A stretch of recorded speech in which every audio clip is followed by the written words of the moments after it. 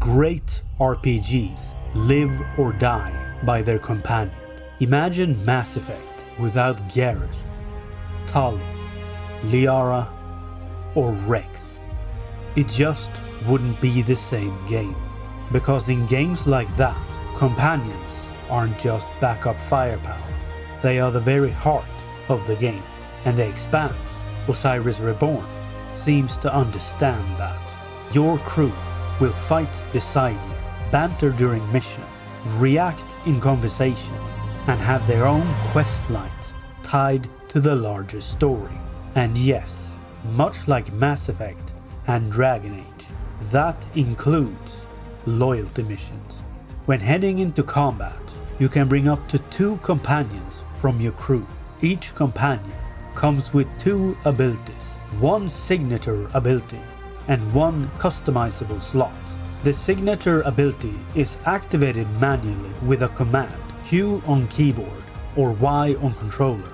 The second slot lets you choose the skill that best fits your playstyle, your build, or the mission ahead.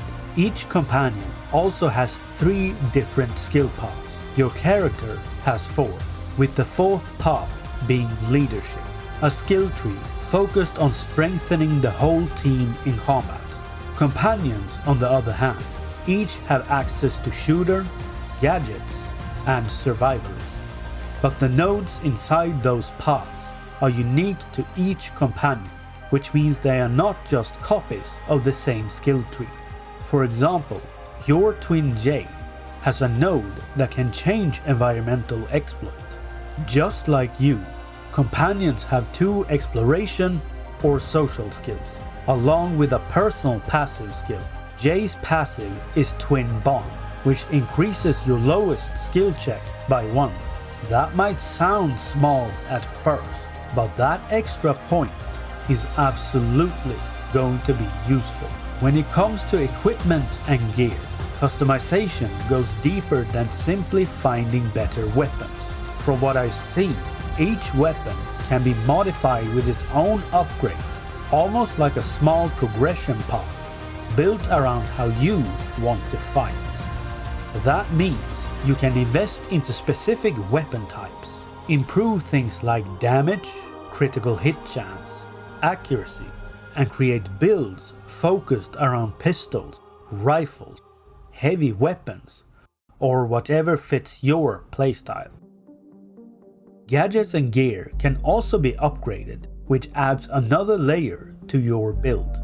And this also extends to your companions. You can equip modified weapons and gear on your crew, with some mods apparently giving exclusive benefits to specific companions. On top of that, you can upgrade subsystems that provides passive bonuses, giving you even more ways to shape your character and your team. What stands out is just how flexible and customizable this system seems to be, not only for your own character, but for your companions as well. Each companion also has 1 unique subsystem that they cannot unequip, but can level up over time. And yes, there are also 2 cosmetic decoration slots for armor, because even in deep space, the drip still matters. When it comes to experience and leveling, progression seems to be shared across your crew. Your companions level up alongside you instead of falling behind or needing to be managed separately.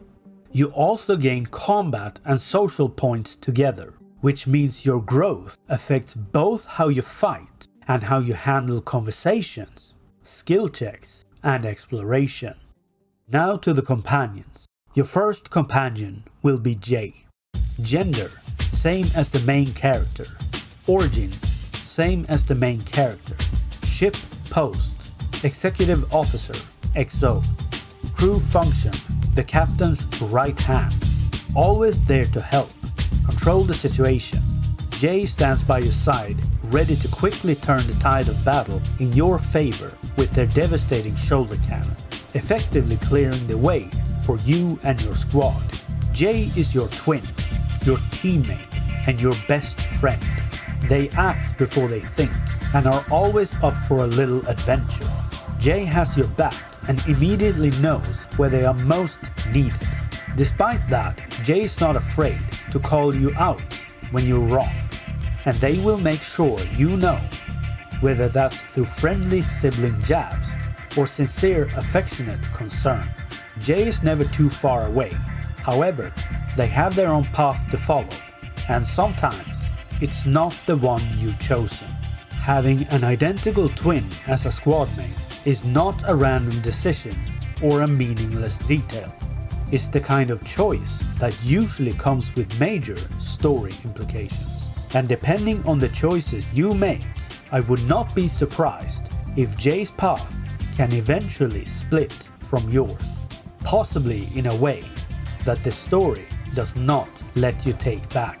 On Jay's concept art, we can also see 3 different jackets based on your chosen background: Belter, Earther, or Martian.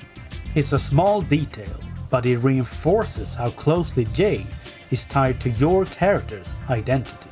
In combat, Jay seems flexible. They can equip most weapons, use an explosive scattershot ability, and carry a grenade that looks like it may be incendiary. You can also customize the second ability slot, which should give you some freedom in how you build them. Zafar Hejazi, Origin, Martian, Ship Post, Mechanical Engineer, Crew Function, Assault Support. His arsenal includes a deployable Martian turret, which can drastically up the pressure on the battlefield, and EMF devices that disable equipment and expose enemy vulnerabilities. Zafar is a former military engineer from Mars, a man who bears the burden of the world on his shoulder. He treats his work with due attention and respect. Calm and collected, Zafar rarely speaks, but his words are precise and oftentimes strikingly beautiful, as if written by a poet or a philosopher. Behind his composure lies a mysterious nature infused with compassion, rigor, and kindness. Zafar left his homeland, choosing instead self-imposed exile. But despite this, he continues to carry Mars with him wherever he goes, in his habits, in his exceptionally high standards, and in his honesty and unwavering dependability. Zafar might honestly be one of the most interesting companions here, not because he is loud, but because he clearly carries weight. A former Martian military engineer in self-imposed exile, calm, precise, and dependable, whose loyalty mission could be seriously interesting.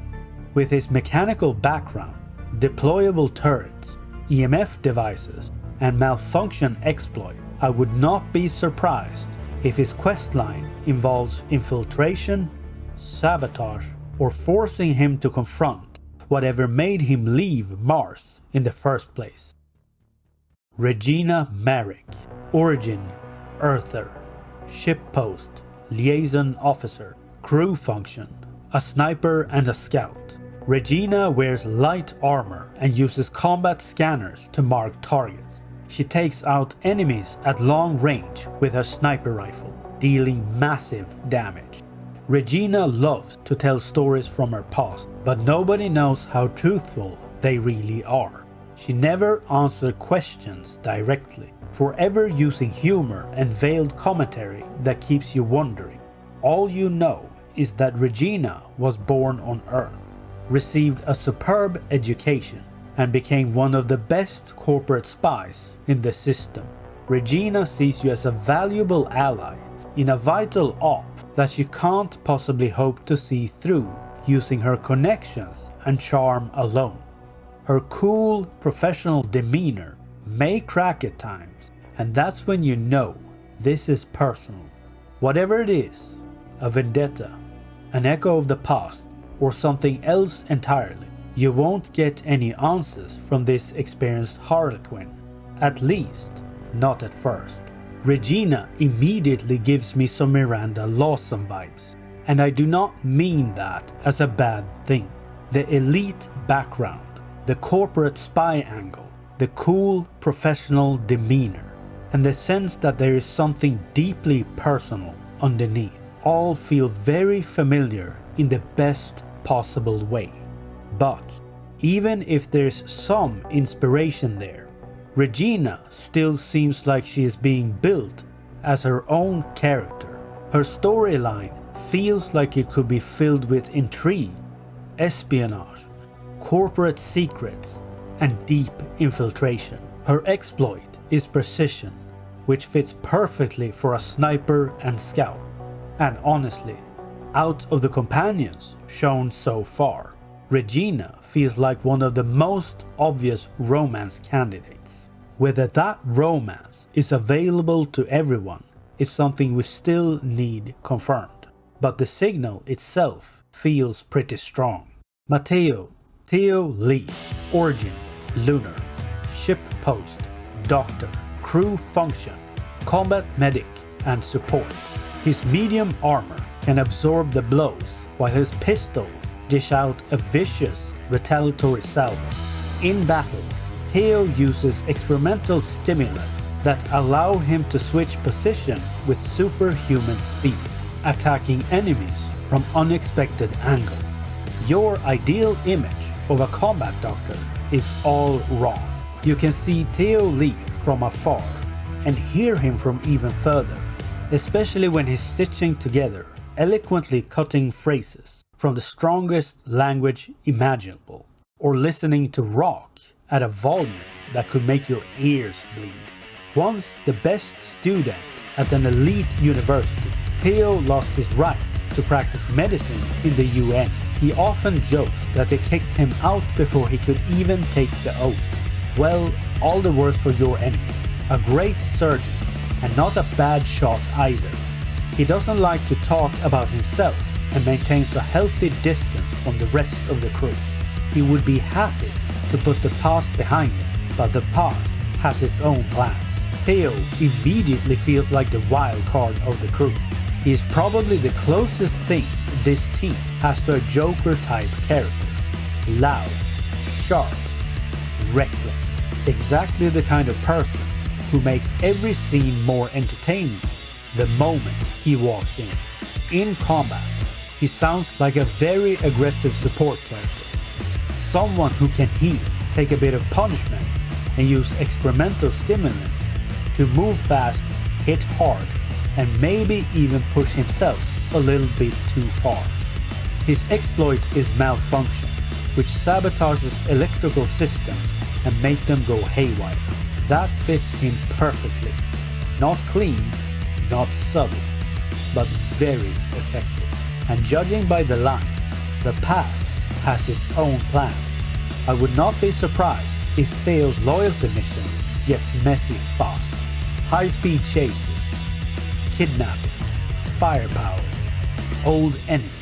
Something about him feels like trouble waiting to happen. As for romance, Theo does read like someone who could be romanceable.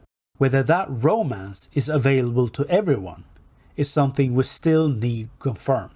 But the signal is definitely there. Aleesha Young, Origin, Martian, Ship Post, Electronics Warfare Specialist, Crew Function, Hacker. Aleesha hacks into enemy systems and incapacitates them with electrical discharges, stopping enemies dead in their tracks. She can also use a swarm of drones and visors, turning the battlefield into an algorithm that only she can calculate. Early on, Aleesha realized she didn't want to live her life as a cog in a huge terraforming machine. After university, she got a job at a tech company off Mars, but eventually became dissatisfied with corporate life and started working as a free agent. Sarcastic and skeptical, Aleesha prefers the company of machines to people. She is interested in complex systems and unsolvable enigmas, anything to make her brain burn to its limits. She handles dangerous situations with such ease that one thing becomes abundantly clear. Her experience comes from genuine adversity.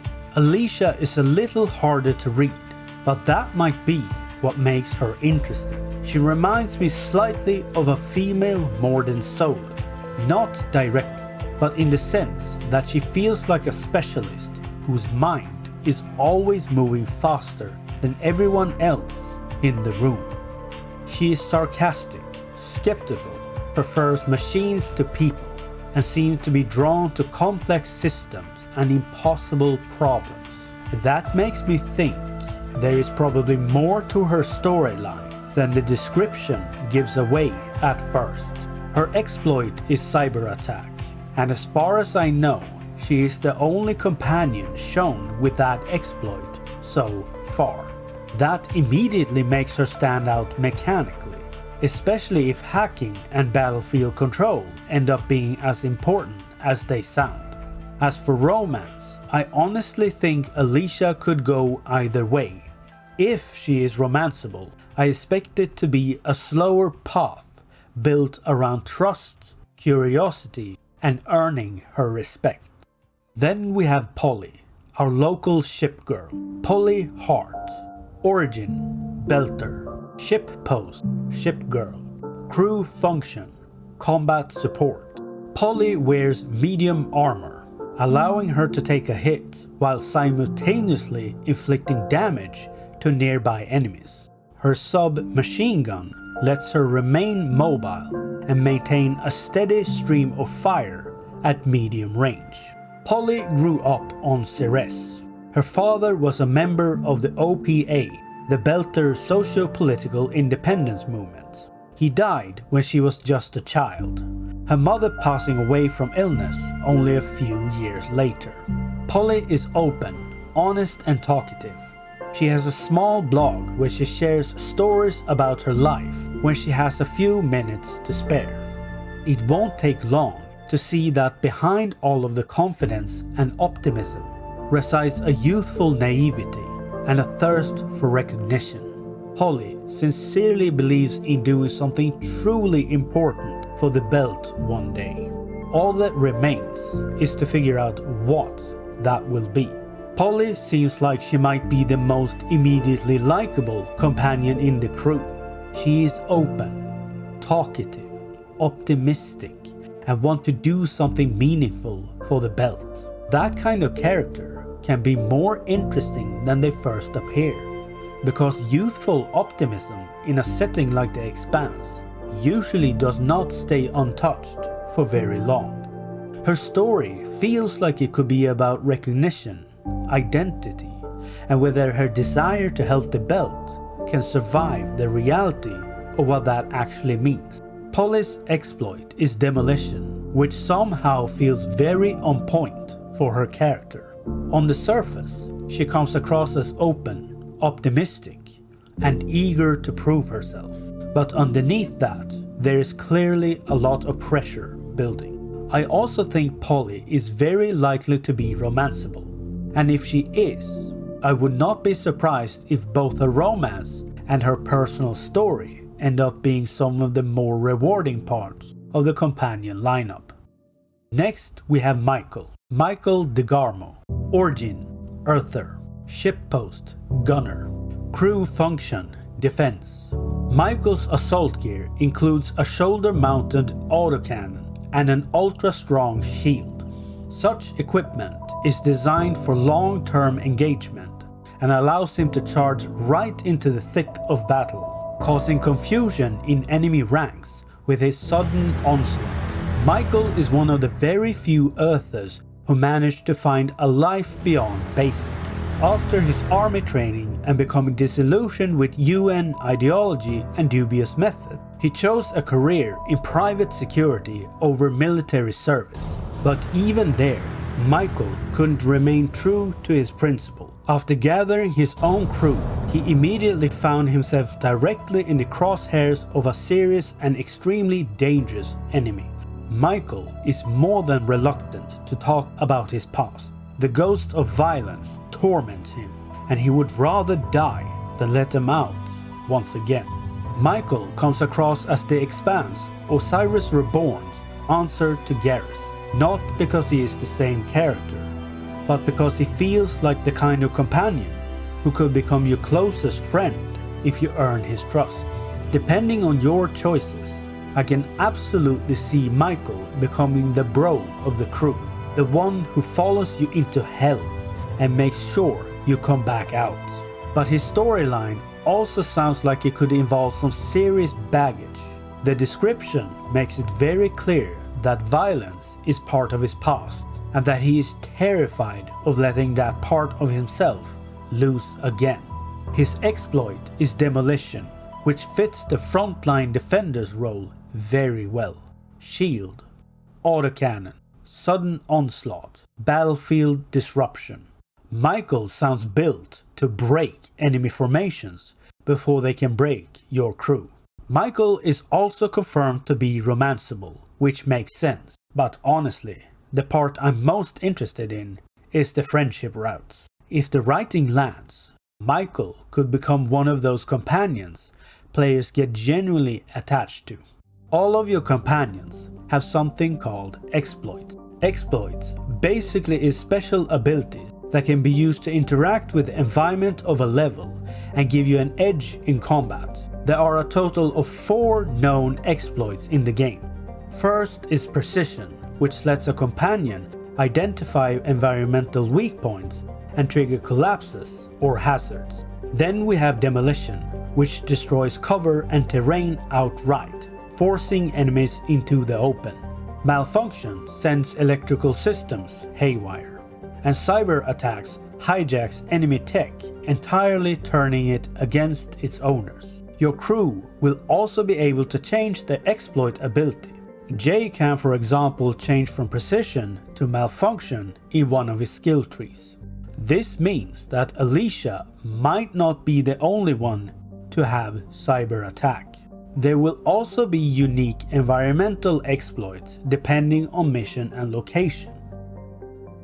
Each crew member have access to 2 social skills, while your own character can choose 2 out of 6 during character creation. Those skills are Persuasion, Athletics, Cyber Sabotage, Perception, Analysis, and Engineering. And these are not just conversation stats. Social skills can be used during missions, exploration, and dialogue. For example, Athletics can let you move heavy objects if you meet the required skill level, and your companions can contribute to that requirement.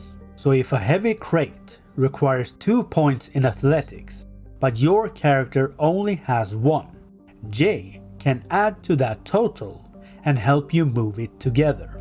In conversations, these skills can also open up different options. Athletics might help you disarm someone, Perception might help you notice a lie, and Persuasion can help you, persuade someone. That makes crew selection more important, because the companions you bring can affect more than combat. They can affect what options you have during the mission itself. In this mission, the player has 2 companions with them, Michael and Jay. One companion is shown on the left side of the screen and the other one on the right. You can see their health, armor, and available skills during combat. We also see Michael using an incendiary grenade, and from the footage it seems to deal the same amount of damage as when the player uses it. If that holds true, it means companion damage may not be heavily nerfed, which is a very good sign. As the main protagonist and crew leader, you also get access to an extra skill path called Leadership. This path seems focused on strengthening your companions and making them more effective in combat, though we do not yet know the full details of the skills inside it. According to the developers, romances in the Expanse Osiris Reborn will be deep, character-driven, and complex. They seem to be designed for players who genuinely enjoy romances as a part of their RPG experience. And importantly, it does not sound like you will unlock them mechanically by just giving gifts until a loyalty number shows up. Instead, romances seems to develop through conversations, choice, and most likely loyalty missions.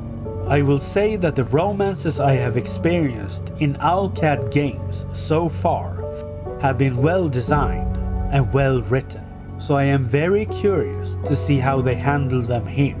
The developers have also mentioned that they put a lot of effort into getting romances right, and that not every companion will be romanceable. And honestly, this is a good thing. If romances are going to matter, they should feel like relationships, not reward meters. Your companions are more than just mission assets. They are people with their own scars, loyalties, secrets, and reasons for being there. Some might chase redemption, others may hide their truths, and over time, your relationships will either grow stronger or start to deteriorate, depending on the choices you make and how you choose to lead. The ship becomes more than a base. It becomes your home, a place where trust is earned, not given. So, what do you think about the companions in the Expanse Osiris Reborn? Let me know in the comments. And if you enjoyed the video, subscribe for more.